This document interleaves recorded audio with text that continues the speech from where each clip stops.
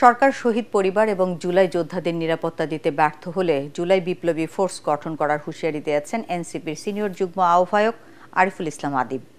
বুধবার রাতে এনসিপির কার্যালয়ের সামনে জুলাই স্মৃতি প্রদর্শনীর গাড়িতে ককটেল হামলার প্রতিবাদে বিক্ষোভ মিছিল শেষে তিনি একথা বলেন।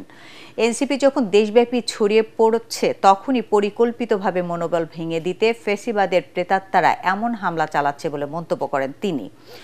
যখনই হামলা হবে তখনই দুর্বার প্রতিরোধ গড়ে তোলা হবে বলে জানান এনসিপির এই নেতা। এ সময় আইনশৃঙ্খলা বাহিনীর বিরুদ্ধে দায়িত্ব পালনে অবহেলার অভিযোগও তোলেন তিনি।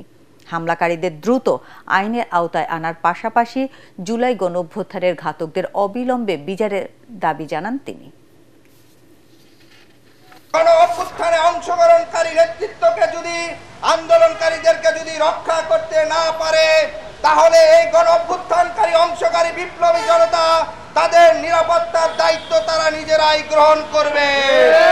বাংলাদেশের স্বাধীনতা, সার্বভৌমত্ব, বাংলাদেশের শহীদ পরিবারের নিরাপত্তা, আহত সহযোদ্ধার পরিবারের নিরাপত্তা এবং তাদের জন্য তারা জুলাই বিপ্লবী ফোর্স গঠন করতে বাধ্য হবে।